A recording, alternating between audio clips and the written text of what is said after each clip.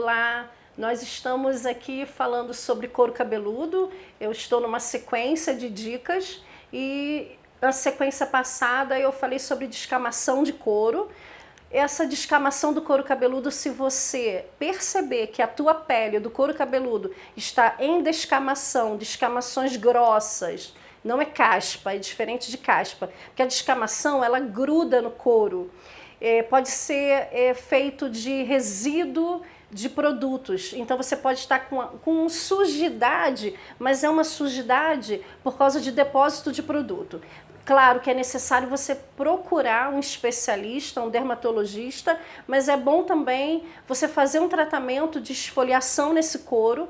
E aqui no nosso salão nós temos um tratamento que se chama algoterapia, onde você passa por uma esfoliação à base de algas. É um tratamento orgânico, terapêutico, é a alga parda. Se você quiser experimentar esse tratamento, eu te convido a você comparecer aqui e conhecer a gente, conhecer esse tratamento de algoterapia.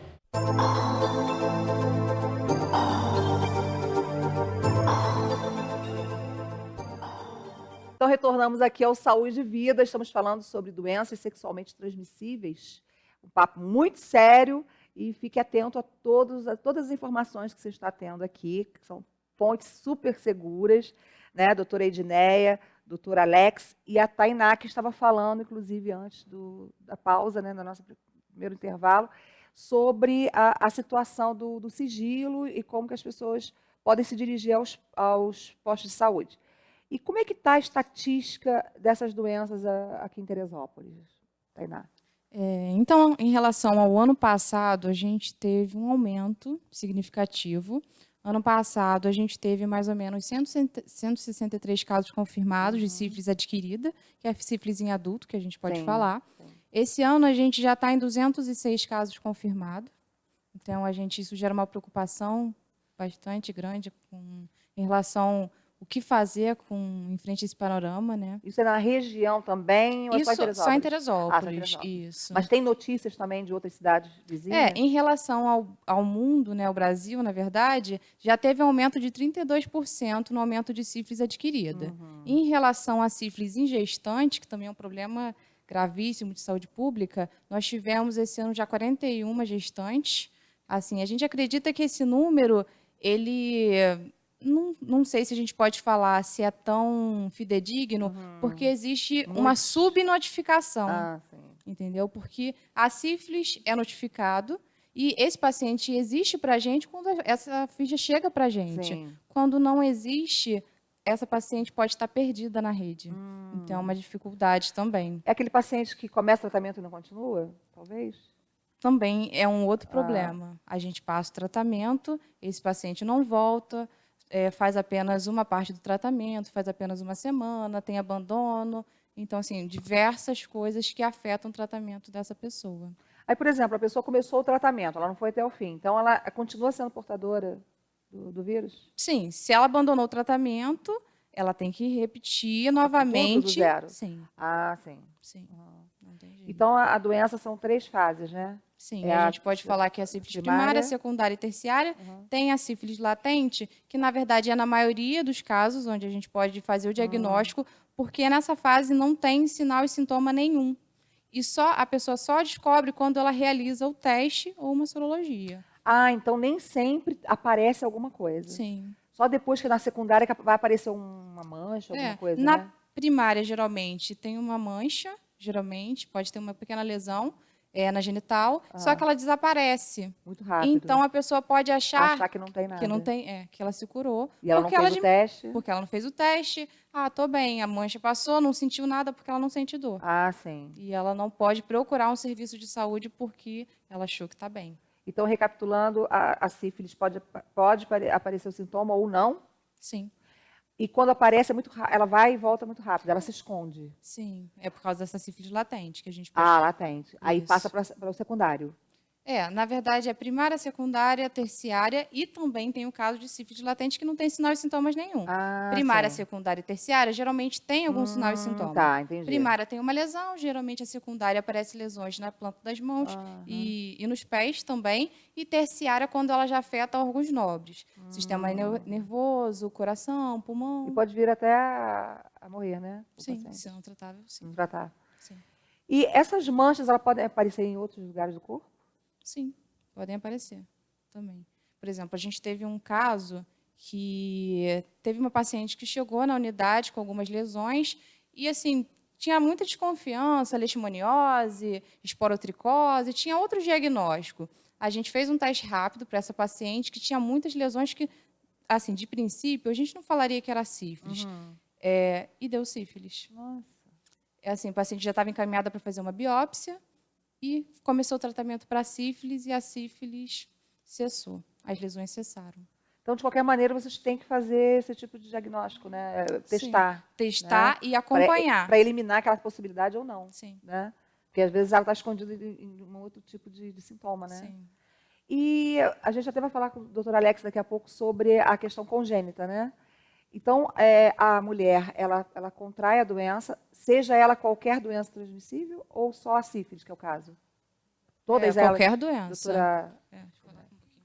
Não, a suscetibilidade, a forma de contágio é para todas as doenças, tanto para o sexo feminino quanto para o sexo masculino. E de qualquer ordem, assim, a transmissão, como a Tainá trouxe, você tem múltiplas formas de transmissão, né?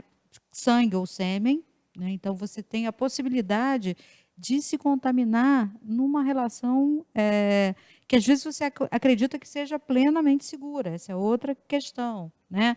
Acho que a Tainá traz a questão de que você tem situações muito constrangedoras, que é abordar um paciente, por exemplo, que tem uma relação extraconjugal, um paciente ou uma mulher, né? Para a gente não discriminar também. Sim. E que, na verdade, essa cadeia epidemiológica que a gente chama, quer dizer, o número de pessoas com as quais eu me relacionei, normalmente está diretamente relacionado ao número de transmissões que eu estou fazendo na medida em que eu sou positiva, né? É um tratamento fácil, mas normalmente dura entre 2 ou 3 semanas, né? Esse tratamento pode ser abandonado, acho que você falou sobre isso, e isso é super importante da gente marcar, né? Uma vez abandonado, a gente retorna o tratamento ao início, a gente faz uma nova sorologia para verificar. E assim, como eu falei, como ela simula qualquer coisa, a gente tem, Tainá trouxe na fase primária a lesão genital, normalmente é ela, e ela se cura, e é uma lesão que não dói. A gente ainda tem isso. É uma lesão limpa, que não Acho que é dói. uma alergia, alguma coisa assim, né? Isso, é uma úlcera que você olha e fala, ih, mas sumiu, tudo bem, ok. E aí você entra numa fase que é um período de tranquilidade, depois você pode ter manchas na pele, principalmente mãos e pés, que a gente chama de lesões palmoplantares, que são, a gente tenta dizer assim, elas são significativas para o diagnóstico de sífilis, mas elas não pode dar em outras fecham. partes também. Alergia pode ter uma lesão dessa.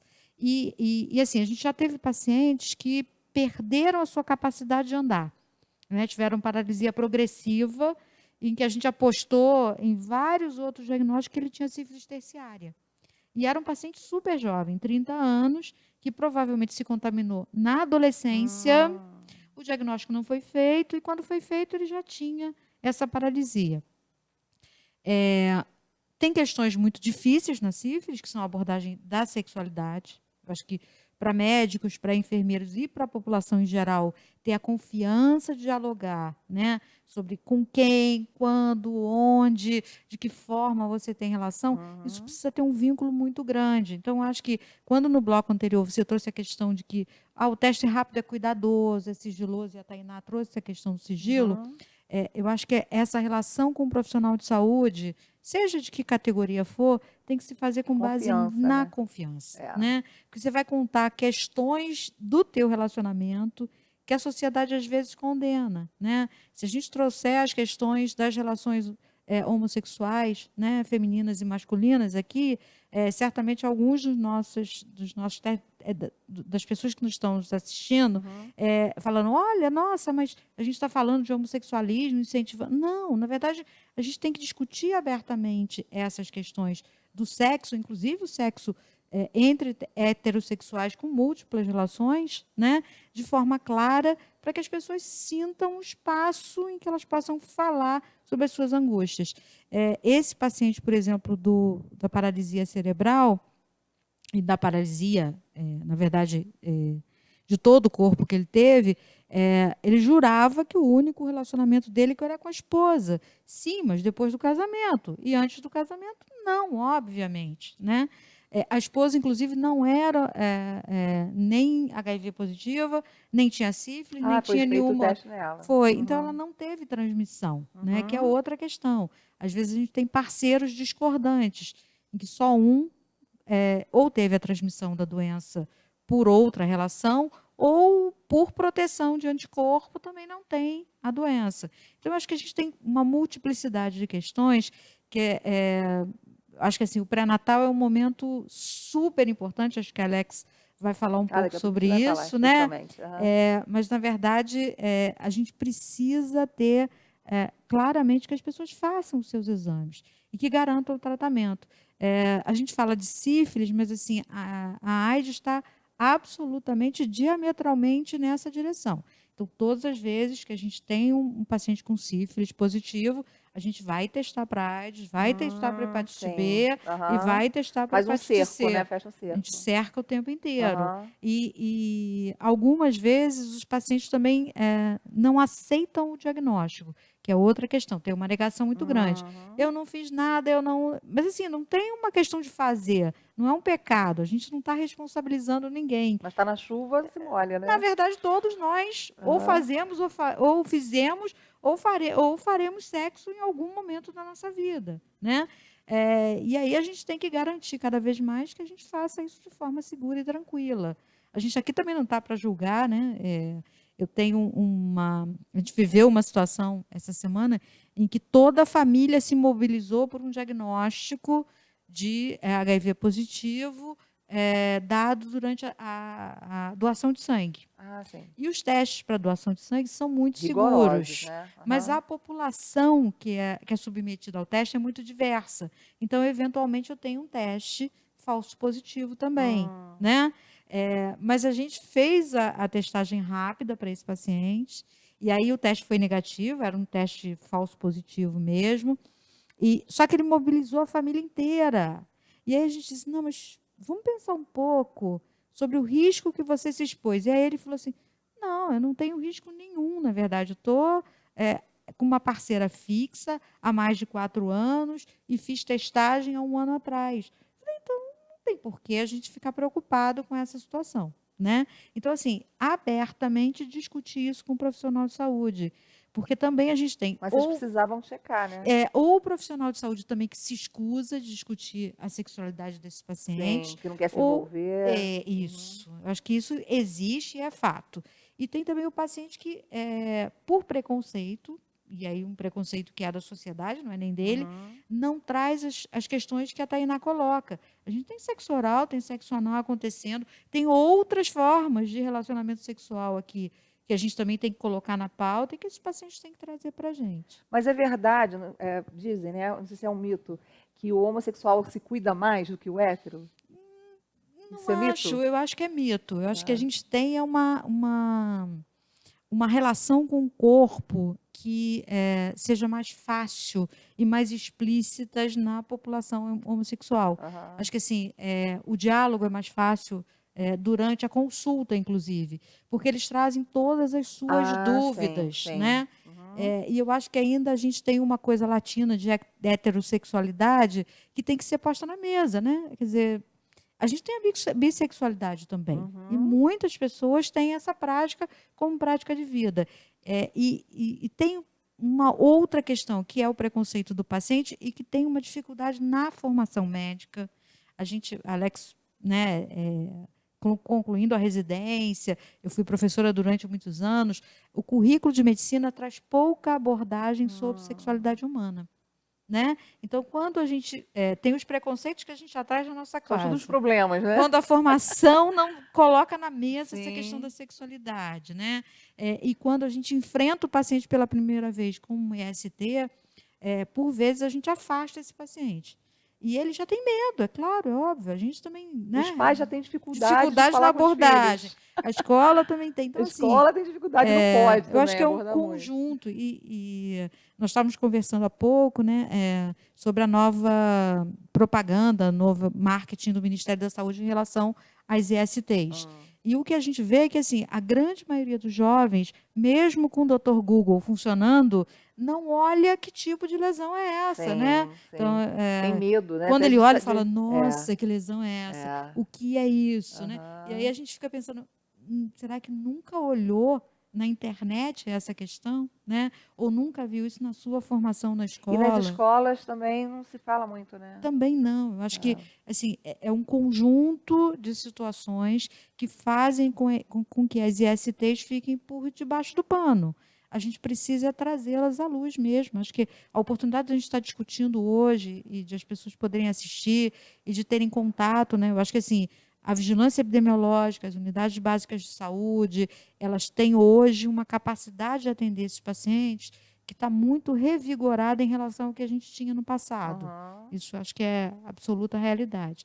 Mas a gente tem que discutir, eu acho que um pouco disso nas escolas e eu acho que na formação Nas dos profissionais. famílias. Nas famílias, sem dúvida. Sem né? dúvida. Sem dúvida. A gente não pode.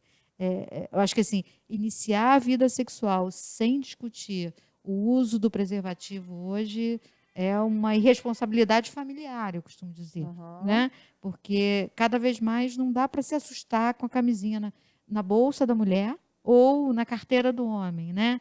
E em relação à tabu, mulher, né? em relação à mulher, isso é um tabu ainda maior, é um preconceito ainda maior, Sim. né? Porque a gente ainda tem a esperança e a crença de que o homem é que propõe o sexo, de que a mulher vai se casar absolutamente virgem. E a gente sabe que a gente está vivendo um Mundo tempo moderno, né? bastante diferenciado em relação a isso. E eu costumo dizer que é uma função fisiológica o sexo, né? Como comer, como ir ao banheiro, como andar, como falar. A gente tem que pensar nessa possibilidade. E pensar que sexo tem que ser uma fonte de prazer e não uma fonte de adoecimento. Acho que É bom seria a proteção da família ali, né? Você ter uma parceira, um parceiro só. isso. Mas não é o que, infelizmente, a Não, oferta. não, tá aí. não é o que está posto, né? É. E eu acho que assim, a gente tem uma situação que a gente costuma dizer, é desse tempo atual. Mas a sífilis, ela é pré-histórica, né? A gente tem lesões em múmias, a gente tem lesões em crânios na pré-história com contaminação, de presença do agente, o treponema. Desde que o mundo é mundo, então. Desde que o mundo é mundo, essa doença está aí. Assim, eu acho que é desmistificar um pouco mesmo isso. E eu acho que também o serviço de saúde ele melhorou seu diagnóstico. Por isso, a gente tem um aumento significativo do aparecimento da doença, né? Antes, a pessoa enlouquecia, que é um dos sinais, a demência é um dos sinais de sífilis tardia, e enlouquecia e ficava louca, e a gente dizia, é porque está velhinha, é porque teve outra doença, né? Não, era sífilis também. A demência também. Se você não trata ao longo dos anos, depois de mais ou menos 20 a 30 anos, você tem um risco de demência. Então, assim, quando eu falo que ela é uma grande simuladora, é porque ela pode se apresentar. Então, por exemplo, qualquer idade. íngua na adolescência, a gente recomenda. Já teve vida sexual? Já. Faz o teste. Né? Mas íngua é infeccioso. Sim, mas por isso a gente chama de infecções sexualmente transmissíveis. Né? A gente muda um pouco o nome. A mancha, que é uma mancha arroxeada, às vezes, na pele. E aí você fala, bati em algum lugar. Não bati em algum lugar. Pode ser sífilis. Lesão oral. Né? No caso do sexo oral, a úlcera, às vezes, é dentro da boca, ou no palato, ou na garganta. Então, assim, pode ser qualquer coisa, na verdade. Né? A gente não tem mais, né, Tainá, uma apresentação típica das lesões e infecções sexualmente transmissíveis. Por exemplo, a gonorreia, a gente pensa muito na genitália. Mas se o sexo for oral, eu posso ter uma amidalite por gonococos. Outro dia eu ouvi de uma paciente, que nojo. Eu falei, mas as pessoas fazem. Eu queria só te dizer isso. É que isso acontece na realidade, isso não é uma... Né? Por outro lado, também tem pacientes que dizem, mas quando a gente fala isso, a gente está incentivando. Não, ao contrário. A gente está dizendo cada vez mais compreendam que as pessoas fazem sexo, mas que esse sexo pode ser fonte de prazer, ser seguro e não trazer adoecimento. Não descortinar, fica sempre aquele vulto de que pode ser, pode não ser, então por que não faz um teste? E assim, e trata, disso, né? A AIDS hoje ela tem a mortalidade igual à hipertensão arterial.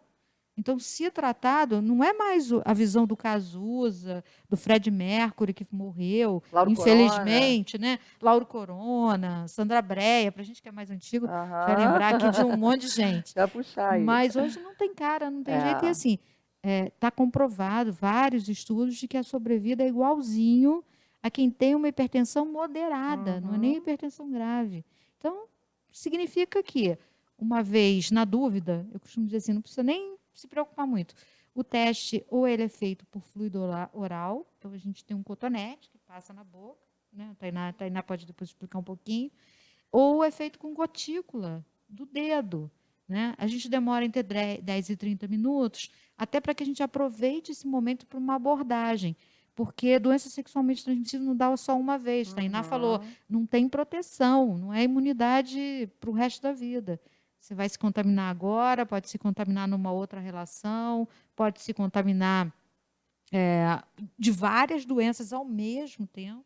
A porta fica aberta constantemente. Então, a gente tem pacientes que são HIVs, que tiveram gonorreia, que têm sífilis, né? E assim, o que a gente tem visto também é que o teste rápido e esse contato de acolhimento nas unidades tem facilitado que eles retornem na dúvida, né?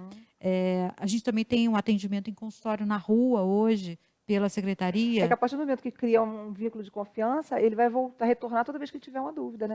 Mas eu vou interromper um pouquinho a doutora, que nós vamos para mais intervalo de saúde e vida, e a gente retorna, porque a gente tem mais coisa para falar aqui sobre DSTs.